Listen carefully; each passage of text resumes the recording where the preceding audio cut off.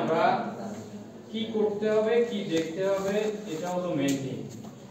অ্যাক্সিডেন্টের রোগী খুব বেশি যে রেফার করে দিতে হবে বিষয়টা এমন না, কারণ ম্যাক্সিমাম অ্যাক্সিডেন্টের পেশেন্টে আপনি নিজেই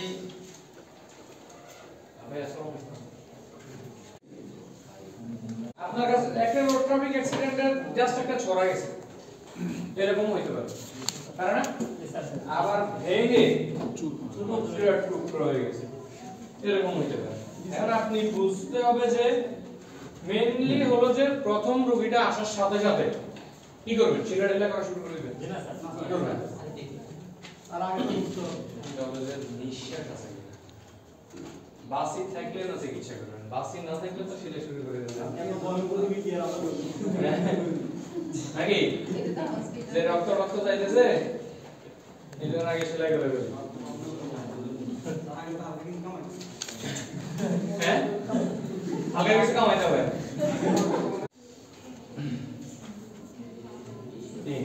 ম্যানেজমেন্ট করতে হবে, এয়ার হয়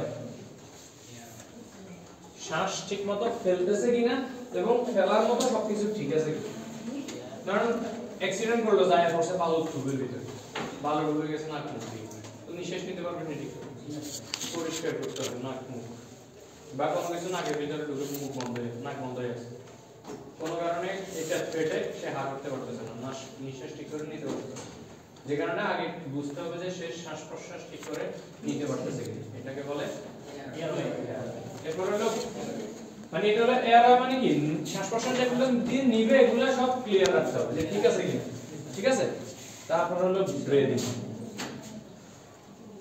ব্রিদিং মানে হলো শ্বাস প্রশ্বাস নেওয়ার জায়গাগুলো ঠিক আছে কিনা, এটা যখন ঠিক থাকবে তখন হলো সে শ্বাস প্রশ্বাস নিচ্ছে কিনা এবং নিতে তার কষ্ট হচ্ছে কিনা, যদি হয় সেক্ষেত্রে আমরা অক্সিজেন দেওয়ার ব্যাপার আছে বা কি কারণে সমস্যা হইতেছে সেটা সমাধানের বিষয় আছে।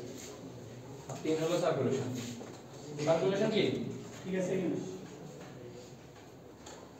সার্কুলেশন কি সার্কুলেশন হলো রক্ত চলাচলের জায়গাগুলো ঠিক আছে কিনা, ধরেন কোথাও গিয়ে পড়ছে কোনো ভাবে প্যাস্টাস খায়া কোন জায়গায় খুব হার্ড ভাবে বাত খায়া ওই জায়গাতে রক্ত চলাচল হবে না, যেগুলো ঠিক করতে হবে। মনে করেন আপনি দেখলেন যে তার কপালে ইনজুরি আছে, আপনি শুধু কপাল নিয়ে বসে আছেন, হয়তো তার পায়ের একটা জায়গা দিয়ে টাইট একটা গিট্টু পড়ে আছে, আপনি সেটা খেয়াল করলেন না, তো কপাল বাঁচা দিলেন কিন্তু পা পচে গেল, লাভ হইল? সব দেখতে হবে, যার কোথাও কিছু আছে কিনা একটা চেক দিয়ে ফেলবেন, বা কোথাও হয়তো দেখা গেছে ছোট্ট একটা জল ঢুকে আছে, সে কপালের ব্যথা এত বেশি যে পায়ের ব্যথাটা তার টেরই হচ্ছে না, কিন্তু আপনি তো এটা একটু খেয়াল করতে হবে যে কোথাও থেকে আর কোনো ব্লিডিং হইতেছে কিনা, ঠিক আছে না? একটা চোখ বুলাইতে হবে সব দিকে, ঠিক আছে? এই তিনটা লিখছেন? এগুলো কি ট্রিটমেন্ট শিটে লিখবেন নি? না স্যার, এটা জাস্ট বোঝার জন্য, তাই না? Yes sir. এখন আপনার কাজ হলো তার এয়ারওয়ে ঠিক আছে, ব্রিদিং ঠিক আছে, সার্কুলেশন ঠিক আছে, এবার তার হলো কোথায় কোথায় কাটা, কোথায় কি হয়েছে, সে কথা বলতে পারতেছে কিনা, কথা সঠিকভাবে বলতেছে কিনা। হ্যাঁ কথা বলতেছে, ধরেন তার জিজ্ঞেস করলেন নাম কি, সে বলল যে আব্দুল জলিল, আপনি বুঝে নিলেন যে তার নাম আব্দুল জলিল, কিন্তু আসলে না, এটা দেখা গেছে আমরা আব্বার নাম কই বলি। লগেজ জনেরও জিজ্ঞেস করব যদি হাতে পড়েছিল কেউ নিয়ে আসে, আমরা আসলে তো নাই, অত আইডি কার্ড দেখতে হবে, আইডি কার্ড দেখতে দিতে পারে না, দেখা গেছে এমন হতে পারে যে উনি একজন পুলিশের লোক, আমরা বলবো এটা চিকিৎসা করে কোন একটা কিছু হইলে পরে একটা ঝামেলা হবে না। প্রত্যেকটা মানুষের সাথে এখন আইডি কার্ড अवेलेबल থাকে, আমরা চেষ্টা করব যে এটা একটু খেয়াল করতে যে আসলে সে ঠিক আছে কিনা এবং কার লোক, কিসের লোক, এটারও তো একটা বিষয় আছে, তাই না? কি কাজ করে আমি বলতে পারেন যে জরুরি সময় কি আমার হাতে কিছু সময় আছে, কিন্তু চেষ্টা করবেন আপনার যদি দেখেন যে ইমার্জেন্সি খুব বেশি ব্লিডিং হতেছে, আপনি ব্লিডিংটা বন্ধ করেন, তারপর হইলেও চেষ্টা করেন যে সে আসলে কি সেটা জানা, পাশে কেউ থাকলে তার নাম জিজ্ঞেস করেন, কারণ সে একটা নাম বলে দিল কিন্তু আপনি তো বুঝলেন না যে আসলে তার নাম বলছে না কার নাম বলছে, আপনি ধরে নিলে তো হইল না, তাই না? সঠিক ইনফরমেশন দিচ্ছে কিনা এটা বুঝতে হবে, যদি সঠিক ইনফরমেশন না দেয় তাহলে বুঝতে হবে তার মাথা আঘাত হয়ে গেছে, তাহলে মাথা আঘাত হয়ে গেছে আমার কাছে ধরে রাখবো না, তাহলে আমার কাছে ধরে রাখবো কি, আমার কাছে ধরে রাখবো যে একদম ফাটি গেছে, মানে এখান থেকে এই পর্যন্ত কাটি গেছে, কাটি ব্যাক লাগে গেছে একদম, কিন্তু আমি দেখতেছি যে এটাকে সেলাই করে দিলে এটা মিলে যাবে, আমি এটাকে ধরে রাখতে পারবো, আমি ধরে রাখতে পারবো। কিন্তু আমি যদি দেখি যে হাতে এনে ঝুলে গেছে, তখন আর পারবো না, কেন এটা ভেঙে গেছে। ভাঙাটা বলতেছি কি করবেন, পেট কাটা গেছে, আপনি দেখতেছেন যে জাস্ট মাসেল কাটা গেছে, আপনি সেলাই করে দিতে পারবেন। কিন্তু আমি যদি দেখেন যে বেশি ডিপ হয়ে গেছে, তাহলে আমি সেলাই করতে পারবো। আপনি সেলাই করলে যদি ভিতরে কোনো যে ওই বললাম না ইনসিশনাল হার্নিয়াটা কিছু হয়ে যায়, তখন তো হইলো না, ঠিক আছে না। রানের মধ্যে কাটা গেছে, মাথার একেবারে মনে করেন এই ধরে এই পর্যন্ত পুরোটা কাটা গেছে, কিন্তু মালার মধ্যে ফাটে না, স্কাল্প যেটা সেটার কিছু হয় না, আপনি সেলাই করতে। আমার কাছে আসলে আমি তো সেলাই করি। মাথা যদি কারো এইখান থেকে শুরু করি এই চামড়াটা পুরোটা উঠে আপনার হাতেও চলে আসে, কিছু সে বাঁচে থাকে, শুধুমাত্র স্কাল্পের মধ্যে আঘাত না হলে। উপরটা কি স্কিন, ঠিক আছে না। তাহলে আপনার ইনকাম সেলাই করতে হবে। এরপরে আসেন ভাঙি গেল, একেবারে যত বড় ভাঙাই হোক আপনি প্লাস্টার করবেন, যত বড় ভাঙা হোক, ভাঙির টুকরা টুকরো হয়ে গেছে, গুণ হয়ে গেছে, শুন হয়ে গেছে, যা ইচ্ছা তা আপনি প্লাস্টার করবেন। আপনি প্লাস্টার করবেন বলছি, টুকরা টুকরা হয়ে গেল, ওপেন ফ্র্যাকচার হইলো, আপনি ওপেন ফ্র্যাকচার হলে কি করবেন, কান দিয়ে আন্টিটারে বসায়া ওই জায়গার মধ্যে আগে প্রেসার ব্যান্ডেজ দিবেন, যাতে ওখান দিয়ে ব্লিডিং না হয়, এরপরে প্লাস্টার দিবেন। রোগীটারে আপনি রেফার করবেন, কিন্তু প্লাস্টার করে আপনারটা ইনকাম করে তার রাখবো। যদি আপনি অ্যাকুরেটলি না দিতে পারেন, এটাও ফেলবো, আপনারাও গালি দিব, প্লাস্টার শিখার দায়িত্ব আপনার। ইনকাম করবেন সঠিকভাবে। এটা কি, একটা চুন, এটা যদি ডাইরেক্ট স্কিনের সাথে লাগে স্কিন কিন্তু শেষ। প্লাস্টারের নিয়ম নিয়ে একদিন পড়াবো, কিন্তু আজকে বললাম অ্যাক্সিডেন্টাল রোগী আসছে, যত ভাঙা চুইয়া মাংসের সাথে ছিদ্র করবে, আর পেনিট্রেটিং করবে, ছিদ্র করবে, রক্ত বাইর হবে, ব্যথা বেশি হবে, ঘষা যত খাবে তত ব্যথা করবে। আপনি প্লাস্টারটা দিয়ে বসাই দিলেন, গাড়ির যতই ঝাঁকাঝাঁকি হোক এগুলো নড়বে না, ব্যথা করবে না। কি করছেন, উপকার করছেন না, রোগী করছে আপনার উপকার, আপনি ইনকাম করছেন, আপনি করছেন রোগীর উপকার। রোগীর হাঁটি নড়ে না, ব্যথা করে না, আপনি আপনারটা কাজ করছেন না। আপনার এই প্লাস্টার করা নিয়ে কেউ আপনার বকবে না। আপনি রোগী লোকের বলে দিবেন যে এই প্লাস্টার হয়তো কাজ হবে না, এটা হয়তো বদলানো লাগতে পারে, কিন্তু এখন এখান থেকে আপনি হসপিটাল পর্যন্ত যেতে চাইলে রোগী মানে ব্লিডিং হবে, ব্যথা বেশি করবে, প্লাস্টারটা দিলে শান্তি পাবে। এই জন্য বলছি 13 ভাঙা হইলো, আপনি তো জানেন পানি সোজা করতে হবে, ভাঙা যায় আপনি পানি সোজা করতে হবে না, পাটারে টান দিয়ে সোজা করে প্লাস্টারটা বসায় দেন, ওপেন ফ্র্যাকচার দেখলে সেখানে প্রেসার ব্যান্ডেজ দেন, ঠিক আছে। রোগী লোকেরা পাঠানোর সময় বলবেন ওপেন ফ্র্যাকচার দেখেন না, যেমনি দেখেন ফ্র্যাকচার থাকলে রোগী লোকেরা বলবেন যে ওনার রক্তের গ্রুপ জানা থাকলে ওই রক্তের গ্রুপের যদি নিয়ম খোঁজা শুরু করেন, এগুলো কাজ আগাবে। যখন এখানে আসার সাথে সাথে আমরাও বলবো যে রক্ত লোক আসেনি, ওরা যখন বলবে যে আমরা ডাক্তার সাহেব কইছে রক্ত লোক লয়ে গেল, আমরা লয়ে আইছি, তাহলে দেখবো যে বলবে এটা তো বুঝি শুনিয়ে পড়াইছে, ঠিক কি না। আপনার কাজ হলো রোগীরে হেল্প করা, ট্রিটমেন্ট দিলেন, প্লাস্টার করলেন, ওষুধপত্র স্টেট ডোজ কি দিবেন আমি লিখে দিব, এরপরে রোগী লোকেরা অ্যাডভাইস করে দিলেন যে রক্তের লোক সহ আগে যান। ওখানে আসার পরে আমরা দেখলাম যে সবকিছু রেডি আছে, প্লাস্টারটাও সুন্দর হয়েছে, বাবাটা কি পাইল জানতে হবে, জানাটা ক্লিয়ার, কি ট্রিটমেন্ট দিবেন সেটা কেমন।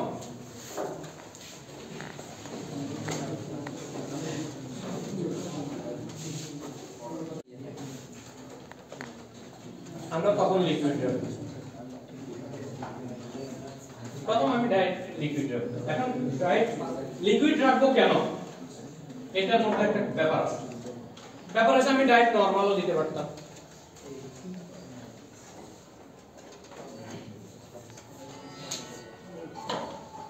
এখন ডায়েট নরমাল দিলে হবে কি, ডায়েটের ব্যাপারটা কিন্তু লিখে আবার বলে দিতে হবে। নরমাল দিলে রোগীর প্রতি মানুষের আবেগ বেশি কাজ করে। ডায়েট আপনি নরমাল দিলে রোগী যদি কয় কিছু খামু লগে লগে বিরিয়ানি আর এমনি দেখা গেছে তার ইচ্ছা সদিন করে বিরিয়ানি এক প্যাকেট খাওয়াই, কিন্তু রোগী এলে হেলতে পারবে এক মিনিট বিরিয়ানি খাওয়াবে। এই কারণে লিকুইড দিবেন, কারণ হলো সে পানি খেতে চাইতে পারে যদি রোগীর, মনে রাখেন, মাথার কোনো অসুবিধা না হইলে, পেটের কোনো অসুবিধা না হইলে, যে কোনো প্রকার সমস্যাই হোক সে তখন খাইতে পারবে। হাড্ডি ভাঙি গেছে, পায়ের হাড্ডি, হাতের হাড্ডি ভাঙি গেছে, সে খাইতে পারবে। কারণ পা বা হাত খাবার হজম করে না, খাবার হজমের কোনো কাজ আছে থাকো কোনো কাজ নেই। কিন্তু মাথায় যদি আঘাত হয় তখন রোগীকে খাওয়া দেওয়া যাবে। পেটে যদি আঘাত হয় এই রোগীর হয়তো অপারেশন ইমার্জেন্সি লাগতে পারে, খাওয়া দেওয়া যাবে না। তাহলে কি পেটে আর মাথায় যদি আঘাত না হয়, যে কোনো জায়গায় হলে আমরা খাবার দিতে পারবো, কারণ অন্যান্য যে কোনো জায়গার অপারেশনের সাথে সাথে হবে না। যদি এই দুই জায়গায় হয় তাহলে আমরা খাবার ডাইরেক্ট এমফিউ, একদম মুখে খাবার বন্ধ। তাহলে আমার কোথায় কোনটা দেব সেটা বুঝছি তো। এখন আপনি নরমাল দিতে পারেন শুধুমাত্র হাতে আর পায়ে ভাঙলে, অথবা কখন দিলেন যে কিছুই হয় না, মানে জাস্ট সরা গেছে, আপনি সেলাই করে দিয়েছেন, তখন সে খাবে, সমস্যা নেই। কিন্তু যদি পেটে কোনো অসুবিধা হয়, মাথায় কোনো অসুবিধা হয়, তাহলে ডাইরেক্ট এমফিউ। আর যদি দেখেন যে না, যে অসুবিধা, ধরেন একটা ভাঙা হয়েছে, আমরা হয়তো অপারেশন করবে, যাবে, সময় লাগবে, বা কাটাছেনাটাও একটু বেশি, মুখে ঢুকে দিয়ে কিছু ঢুকছে, তখন আপনি চিন্তা করলেন যে পানি টানি খেতে চাইলে একটু খা। হ্যাঁ বলেন। অ্যাক্সিডেন্ট কেসে অনেক সময় বেশি হয় যে মুখে ইয়ে হয়, মাই কেটে যায়, ওই ক্ষেত্রে কি আমরা কি লিকুইড দিব নাকি স্টক করে দিব? স্টক করে দেওয়া ভালো, আর তখন উনিও খাইতে পারবেন, নিতে পারবেন। আমার ইনটেক মানে ইনপুট করার যে যন্ত্রটা, সেটা যদি আঘাতপ্রাপ্ত হয় আমি কি খাইতে পারবো? খাইতে পারবো না, এটাকে আমি ঠিক করতে হবে। আবার এই ক্ষেত্রে আরেকটা বিষয় হলো যে তার তখন মুখের ভিতরে ব্লিডিং হচ্ছে, খাইতে গেলে তার রক্ত সহ খাবে, ধুলাবালি ঢুকছে, রাস্তার ধুলাবালি ঢুকছে না, এটা সহ খাবে, সেটা ওর জন্য খারাপ হবে। ঠিক আছে না? একটা স্যালাইন যদি না দেন, 2000 টাকা দামের কিছু দিলেও লাভ হবে না, চিকিৎসা এলো না।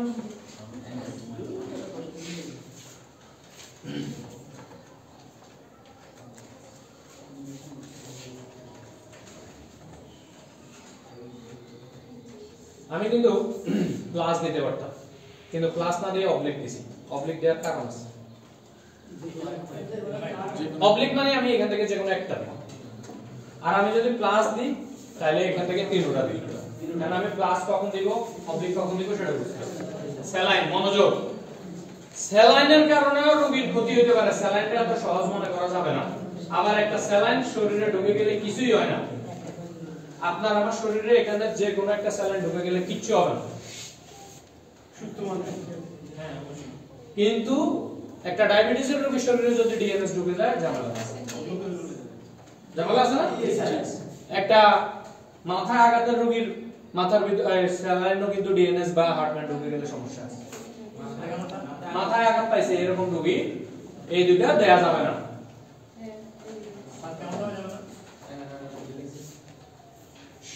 মাথায় আঘাতের সাথে সবসময় নরমাল থাকার চেষ্টা করবেন, যে কারণে নরমাল স্যালাইন, ক্লিয়ার?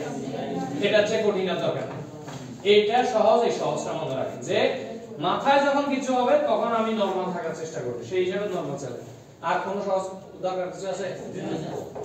মাথার যে কোনো প্রকার সমস্যা, স্ট্রোক করছে, অ্যাক্সিডেন্ট হয়েছে, কেউ মাথার মধ্যে ঘুষি মারছে, কেউ মাথায় মাথায় বাড়ি গেছে, তার স্যালাইন দিতে হলে নরমাল স্যালাইন। ঠিক আছে?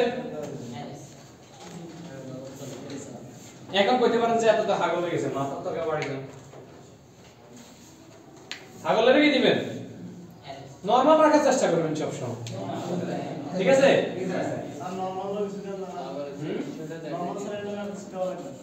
কোনটা জানতে চাইতেছেন বলেন?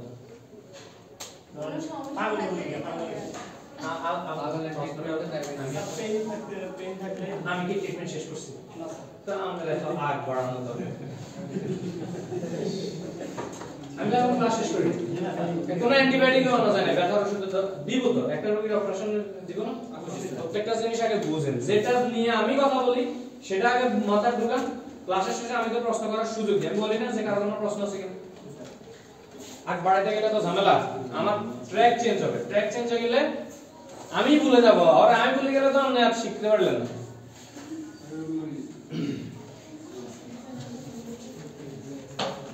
তাইলে আমি কি দিলাম, এই যদি একটা রোগীর অ্যাক্সিডেন্টের পরে মাথায় আঘাত হয়, এটাকে আমরা হেড ইনজুরি বলি। হেড ইনজুরি যদি হয় তাইলে আমরা শুধু নরমাল স্যালাইন দেব, আর হেড ইনজুরি যদি না হয় আমরা পার্টমেন্ট ডিএনএস এগুলো দিতে পারবো। একটা স্যালাইন লাগাবেন, একটা স্যালাইন লাগায়া এবার অ্যান্টিবায়োটিক কি দিবেন, সেফটি একজন ব্রড স্পেকট্রাম দেন, সকল রোগের মহা ওষুধ, কালো জিরার মতো নাকি? ভুল নাই। কি লিখলাম, এক ভায়াল আইভিওডি মানে বুঝছেন,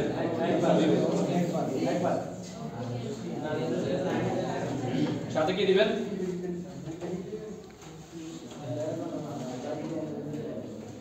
একটা ব্রড স্পেকট্রাম দিলেন আর একটা গ্রাম নেগেটিভ দিলেন।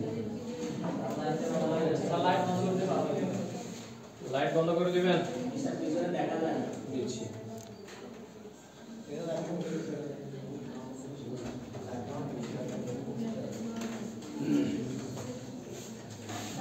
এবার যায় যায়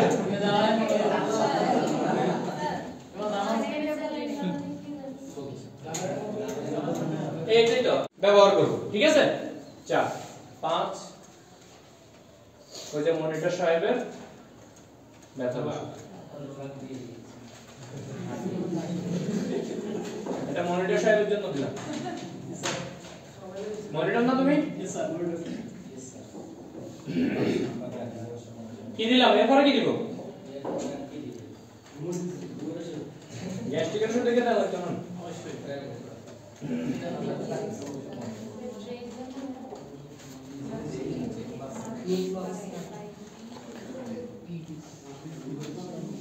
কি দিলাম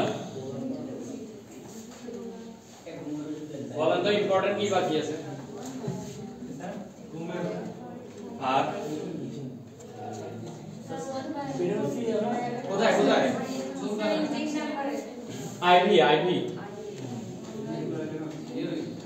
আইভি মানে কি শিরা বলতে কেমন এতারা তো এটার ব্যথার ওষুধ মনে কর, কয় কয় কাটা গেছে এটিএস দাও, এটিএস দিলে কি হবে, ব্যথা কমে যাবে।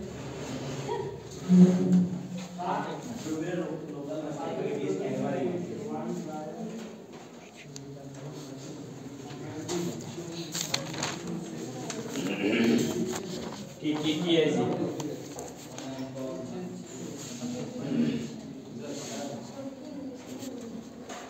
বলতেছি, এটার মধ্য থেকে ওষুধ দেওয়া যাবে।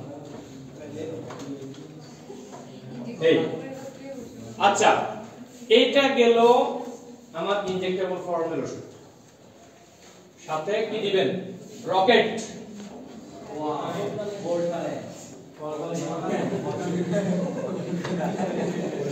মিসাইল দিবেন, মিসাইল দিয়ে আবার কইতো এটা কোন জায়গা দেয়,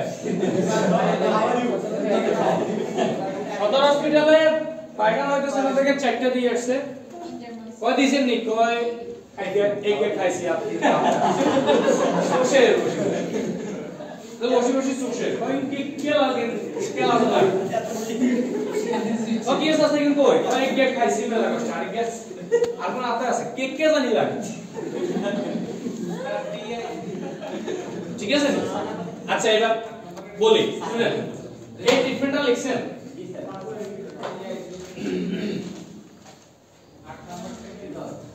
টিআইজি টিআইজি টিআইজি বলতেছি, সবগুলো সম্পর্কে বলতেছি। 3 নাম্বারটা হলো সেফট্রিয়াক্সন, 4 নাম্বার ক্লুপ্রক্স, টিভিএক্স 1 এম্পুল আইএম স্টেট, টিআইজি 1 এম্পুল আইএম স্টেট।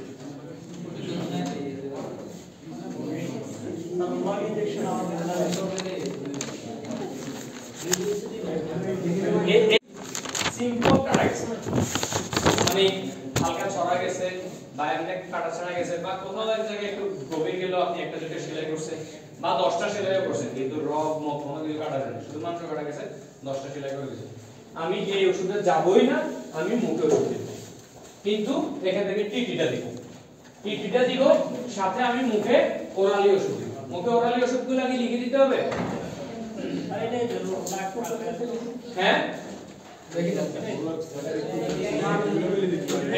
একটা অ্যান্টিবায়োটিক, একটা ব্যথার ওষুধ, গ্যাস্ট্রিকের ওষুধ, সিভিট, অ্যান্টিহিস্টামিন, ঘুমের ওষুধ। ক্লিয়ার? আগে কিসের দিবেন 24 ঘন্টা পরে এত আপনার কাছে আইব পাবি। স্যার আমি তাহলে বলি, বলেন। তার মনে করেন স্যার ঢুকছে কালকে, হ্যাঁ সে এত ভিডিও দিতে পারলো না, হ্যাঁ কালকে আলাদা তার হাত কাটা গেছে, এখন আমি কি ভ্যাকসিন দিব? দিবেন। স্যার কোনটা দিব? টিটি ভ্যাকসিন দিবেন। তাহলে স্যার ওই যে তখন যেটা হয়েছিল বুঝি নাই, এই 24 ঘন্টা দিতে পারবো না কেন? বুঝি নাই, আসলে যাতে না হয় সেটার জন্য।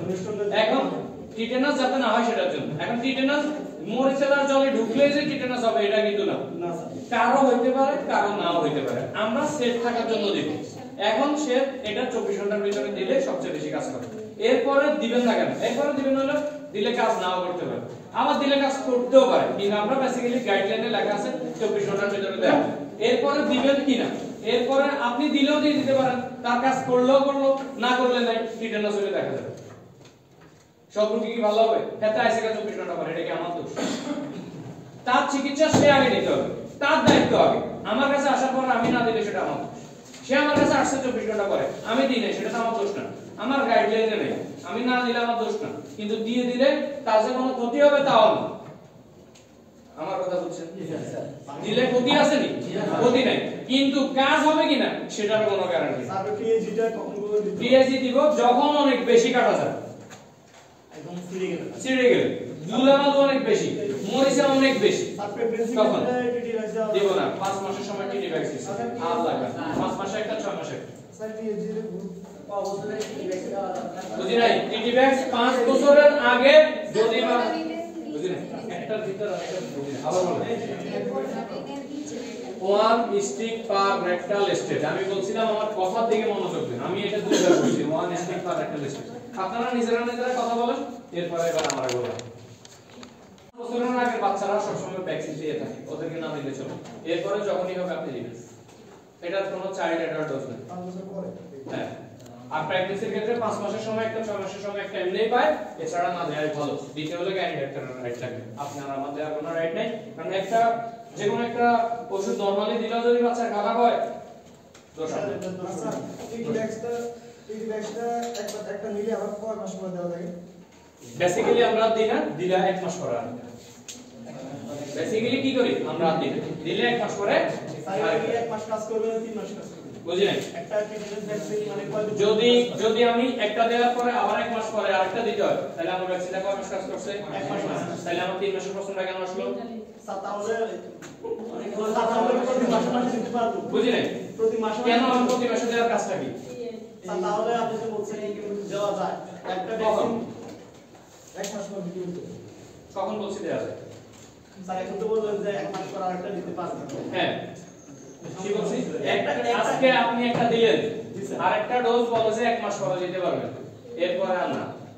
তাহলে স্যার একটা ভ্যাকসিন কি 1 মাসে কাজ 1 মাস কাজ করবে। স্পেসিফিকলি হ্যাঁ, 1 মাস কাজ করবে, এরপরে আর না। এখন আপনার প্রশ্ন আসতে পারে যে 3-4 মাস পরে যদি আবার কোনো কারণে কাটা যায়, তখন আমি আবার দিব কিনা? হ্যাঁ, আবার দিব। অথবা এই 1 মাসের ভিতরে আবার যদি কাটা যায়, তাহলে দিব কিনা? আর দিব না। স্যার 1 মাস পরে হলে আবার দিতে হবে। হ্যাঁ, 1 মাস পার হয়ে গেলে আমরা আবার আর দিতে বলি। 3 মাস তো 3 মাস পর বলে আমরা দিয়ে গেছি, এখন 1 মাস পর বলতাম। বুঝি নাই? এতদিন তো স্যার একটা ভ্যাকসিনটা আপনি একটা ভ্যাকসিন দিলেন, আজকে থেকে 1 মাস কাজ করলো, এই 1 মাসের ভিতরে তার আবার কাটা গেলে আরেকটা দেওয়া লাগবে না। এখন বলেন যে এই 1 মাস পরে যদি আবার কাটা যায়, তাহলে আবার দিব কিনা? আপনি তখন হলো যে আবার কাটা গেলে কোন বইতে বলে যে 1 মাস পরে আবার দিবেন, কোন বইতে বলে যে 3 মাসের ভিতরে আর লাগে না। বেসিক্যালি 3 মাসের ভিতরে আমরা দিই না, কারণ হলো ওইভাবে কাটা ছাড়া আসেও না, আর আসলে তখন বেশি নিয়ে আসলে আমরা ডিএজিটাও অ্যাড করে দিই। এখন 1 মাস পরে যদি আসে, আপনার ধরেন আজকে আবার কাটা গেল, আমি আজকে দিলাম, 1 মাস পরে কাজ করলো, যদি আমার এই রোগী আপনার কাছে 1 মাস পরে আবার ভ্যাকসিন দিতে আসবে না, যদি আসে আপনি দিলেন, তার আরো 1 মাস সময় পাইলেন না, এই 2 মাসের ভিতরে কিন্তু তার আর কোনো কাজ করবে না, মানে আর কোনো ভ্যাকসিন লাগবে না। তাহলে আমি একটা ডোজ ডাবল দেওয়া লাগছে আজকে একদিন আর 1 মাস পরে একদিন। ধরে নিলাম যে সে আজকে একটা ডোজ দিল, ধরেন আজকে কত তারিখ? 9 তারিখ। 9 তারিখে আজকে একটা ডোজ দিল, সামনের মাসের 9 তারিখ পর্যন্ত তার এর ভিতরে কাটা গেল, আমার আর দেয়া লাগতেছে না। কিন্তু যদি এরপরে হয়ে যায় তখন আপনি আরেকটা দিতে পারবেন। কারণ কি, আমরা বলছি না যে আমরা 1 মাস পরে আরেকবার ডোজ দিতে পারবো। এখন 1 মাসের আগে যদি হয় তাহলে আমার লাগবে না, যদি 1 মাসের পরে হয় তাহলে আমি আরেকবার দিব। এখন আসেন এই পরের, এটা তো 9-2, এরপরে আসেন 9-3, এই এখানে 1 মাস, মাঝখানে যদি আবার কাটা যায় আপনি 1 মাস পার হয়ে গেলে আরেকটা ডোজ দিবেন। ওই ডোজটা আবার কত মাস কাজ করবে? 1 মাস। আর 1 মাস, 2 মাস হয়ে গেল না? এখন এর ভিতরে যদি এরপরেও যদি কাটা যায় তখন টিটিভ্যাক্স এমন একটা জিনিস, এটা ধরেন আপনি এমনি একটা রোগীকে দিয়ে দিবেন, কি হবে? কিছুই হবে না। কেন? মানে একটা সঠিক एग्जांपल হলো 6 মাসের সময় একটা ভ্যাকসিন দিই, আবার 6 মাসের সময় একটা দিই। ওর কি কোনো কাটা ছাড়া আছে? না। বড় কোনো সমস্যা আছে? একটা বাচ্চা 5 বছরের ভিতরে আমরা ভ্যাকসিন দিই, টিটিভ্যাক্সও পায়। ওর কোনো কাটা ছাড়া আছে? না স্যার। এমনি দিলে কোনো কিছু হইতেছে তাহলে? না স্যার। কিছুই হইতেছে না। কিন্তু অনেক বেশি কাটা গেলে আমরা তখন না দিলে রিস্ক যেহেতু থেকে যায়। এখন আমি বললাম যে 2 মাসের ভিতরে আমরা দিলে, আর এই 9-2 একটা দিলাম, 9-3 এর আগে যদি হয় তাহলে আমি আরেকটা 1 মাসের মাথায় দিব, আর যদি এর ভিতরে না হয় তাহলে নাইলে। কিন্তু যদি 2 মাস পার হয়ে যায় তখন যদি আবার কাটা ছাড়া বেশি যায়, আমি দিলে আমার কোনো লস তো নাই, কিন্তু আমি রিস্ক নিব না। জি স্যার। কাটা গেলে আমি রিস্ক নিব না। ঠিক আছে? জি স্যার। কারণ ডোনেশনটা যে জিনিস, টিটিভ্যাক্স দিলে কিছু হবে না, কিন্তু ডোনেশনটা হইলে তো শেষ। আর কিরকম দুষ্টন্দর এরকম একদম ধনুকের মতো হয়ে যাবে। দেখবেন না তো, এটা সদরের যে অবস্থাটা আপনি দেখবেন না, টিটেনাস ওখানে যদি কোনো চিকিৎসা নেই না শেষ এখন পর্যন্ত দেখি নাই, জাস্ট অ্যান্টিবায়োটিক, মানে সাপোর্টিভ ট্রিটমেন্ট দিয়ে রাখে, তবে ভালো হওয়ার চান্স তো নাই বললে চলে। আচ্ছা, একটা থেকে আরেকটাতে চলে গেলে হবে না, এটা বুঝছেন কিনা? এই ওষুধটা এটা কিন্তু শেষ না, কথা শেষ হয় না। এখানে বলছিলাম যে যদি ছোটখাটো কাটাছেঁড়া হয় বা যেটা আপনি চেম্বারে ম্যানেজ করার মতো সেলাই করে দিলেন, এরপরে ওষুধ দিবেন মুখে, সবকিছুই মুখে, মাংসে শুধুমাত্র টিটিভ্যাক্সটা দেওয়ার জন্য বলছিলাম। ঠিক আছে?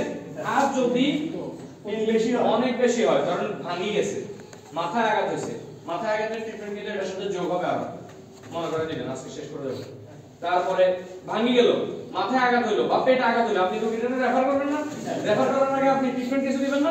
ওইটা বললাম ভাঙি গেলে প্লাস্টার করা, তারপরে যদি ভাঙি না যায় আপনি যখন মাথায় আঘাত হলো তখন ট্রিটমেন্ট দেয়া, তখন কি ট্রিটমেন্ট দিবেন সেটাই হলো এগুলা। আপনি একটা স্যালাইন দিবেন, মানে খাবারের ব্যাপারটা বলে দিবেন, একটা স্যালাইন দিবেন, অ্যান্টিবায়োটিক দিবেন, ব্যথার ওষুধ, গ্যাস্ট্রিকের ওষুধ, টিটিটিএসি দিয়ে তারপর আসেন। আর যদি মাথায় কোনো সমস্যা, হাত পা অনেক বেশি ভেঙে যাওয়া, পেটে সমস্যা, যে রোগীকে আপনি রেফার করবেন সেই রোগীকে এই ট্রিটমেন্টটা দিয়ে তারপরে রেফার করবেন। ঠিক আছে? এখন রেফার টু কোথায় করবেন? Noakhali general hospital. আপনার রেফারের দায়িত্ব এতটুকু। এখানে রেফার করার এই ইনজেকশন প্রথম ক্যানুলা করে একটা স্যালাইন লাগাবেন, এর ভিতর দিয়ে স্যালাইন বন্ধ রাখিয়ে, স্যালাইনটা কেন তাড়াতাড়ি লাগাবেন? কারণ স্যালাইন না লাগাইলে কোনো চিকিৎসা চলে না। একটা স্যালাইন লাগাই দিয়ে আপনি ইনজেকশন সবগুলো রেডি করুন, রেডি করে স্যালাইনটা বন্ধ করে প্রথমে সেফিএক্সো দিলেন, গ্লুকোজ দিলেন, রোলাক দিলেন, রোলাক তো মাংসে দিবেন। এখন প্রশ্ন আসে না যে এই যে এটা মাংসে দিব, এটা মাংসে দিব, এটা মাংসে দিব, তিনটা মাংস কোথায় পাবো? দুই হাতে দুইটা, এক পায়ে একটা, এভাবে মারবেন। এক হাতে তিনটা মারা দিয়ে না আপনারা রাত আড়াইটা করতে না। ঠিক আছে? এইগুলা তো রগে দিবেন। তাহলে এই যে আমি সবগুলো ইনজেকশন একদিনে দিয়ে দিব নি? ওই সময় দেব কি 2 দিন আর আবার আনি বলি কেমন? পাড়ায় দিতেছেন রোগীরে। তাহলে প্রশ্ন ক্লিয়ার নেই? তখনই দিবেন, তখন দিয়ে এরপর রোগী যাওয়ার সময় কি চলবো? স্যালাইন দিবা লাগবে না? রোগী ফটো স্যালাইন এর হাইতে দিতেছে, জুতে সাথে বলে কেন ধরা দিবেন আপনি? পাঠাবেন হসপিটাল, রোগী যাওয়ার পথে স্যালাইন চলবে। যদি ডায়াবেটিস থাকে বা মাথায় সমস্যা থাকে তাহলে এনএস, যদি ডায়াবেটিস না থাকে তাহলে আপনি ডিএমএস বা হার্টম্যান যে কোনো কিছু দিতে পারবেন, তবে অ্যাক্সিডেন্টের রোগীরা হার্টম্যান দেয় ভালো, প্রেসার কমে যেতে পারে, রক্তের পরিপূর্ণতা হইতে পারে, কারণ রক্ত যাবে তো পানি যাবে পেট থেকে, পানির পরিবর্তে এটা প্রেসার মেইনটেইন রাখবে, এটা প্রেসারটা একটু বাড়ায় রাখবে। তাইলে এখন এই জিনিসগুলো হলো শুধুমাত্র মানে যে কোনো অ্যাক্সিডেন্টের রোগীর ক্ষেত্রে আপনি রেফার করতে এই জিনিসটা দিয়ে পাঠিয়ে দিতে পারবেন। শুধু মাথায় আঘাত হলে আমার দুইটা জিনিস যোগ হবে।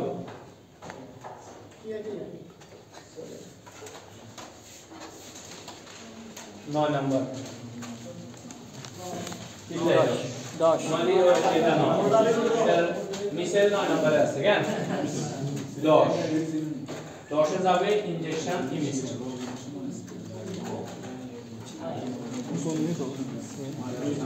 তিনটা জিনিস যোগ হবে, তিনটা ওয়ান অ্যাম্পুল আইভি স্টেপ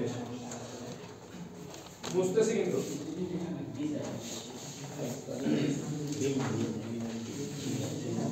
বুঝেননি, মাথার ঢুকেন নি কিছু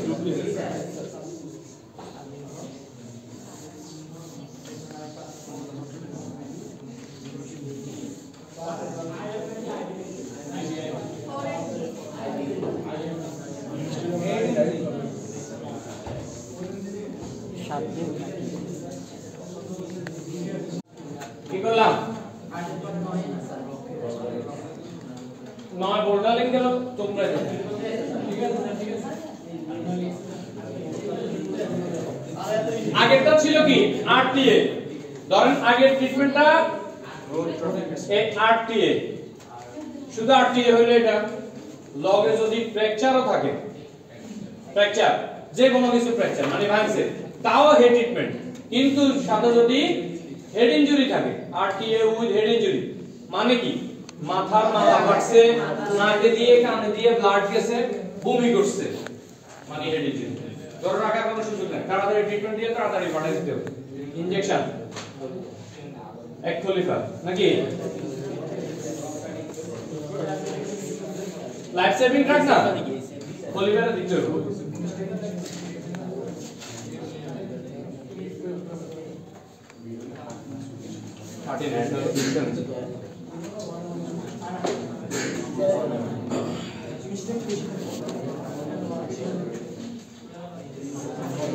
হেড ইনজুরি থাকলে যোগ করতে হবে। পারমিট কেন দিলাম? কোন প্রকার ইফেক্ট এটা খিচুনির ওষুধ নেই, এটা ব্রেন রিল্যাক্সেশনের ওষুধ। ব্রেন রিল্যাক্সেশন, ডিপ্রেশন আর ব্রেন রিল্যাক্সেশন একই না। ডিপ্রেশন হইছে সে অনেক কিছু নিয়ে চিন্তা করতে পারে, অ্যাক্সিডেন্ট হইছে তার মাথায় আঘাত হইছে, তার ব্রেনের রিল্যাক্স রাখতেই হবে।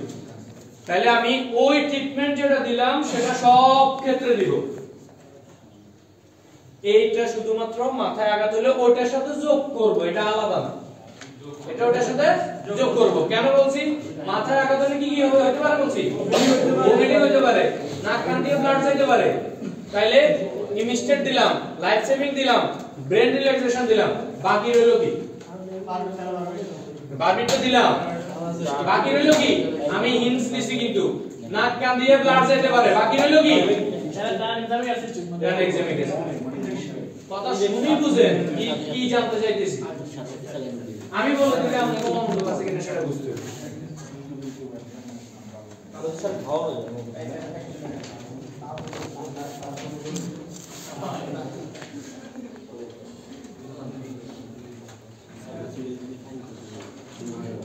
এই যে ট্রানএক্সামিক অ্যাসিড দিলাম কেন?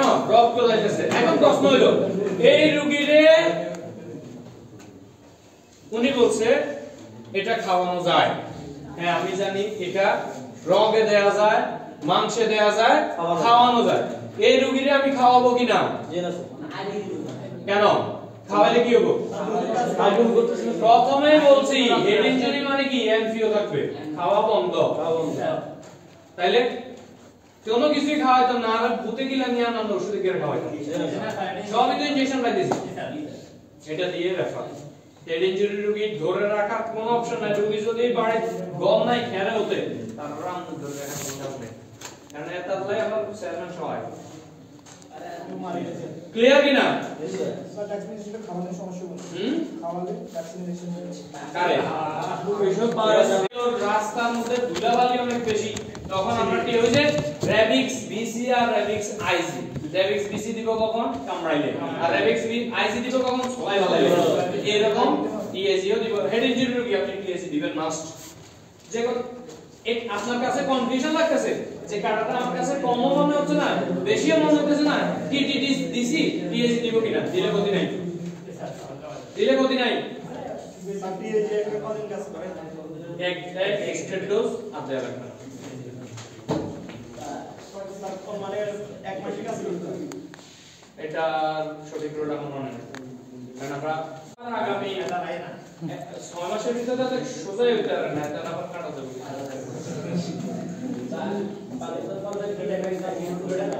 পুরা চাইল্ড যখনই দিবেন পুরা দিবেন, এর আগের ডোজটা আপনাদের কাছে না, এটা ভ্যাকসিনেশনের ডোজ। এরপর আপনি যখন থেকে দিবেন তখন পুরোটা দিবেন। তাহলে অ্যাক্সিডেন্ট তো অ্যাক্সিডেন্ট, কিন্তু অ্যাক্সিডেন্টের ভিতরে আপনার ম্যানেজমেন্টের ফারাক আছে, এটা বুঝছেন কিনা, কিছু জানছেন কিনা আজকে নতুন করে? আর কোন প্রশ্ন? এবার টিএসি ওই যে রেবিক্স আছে নাম শুনছেন?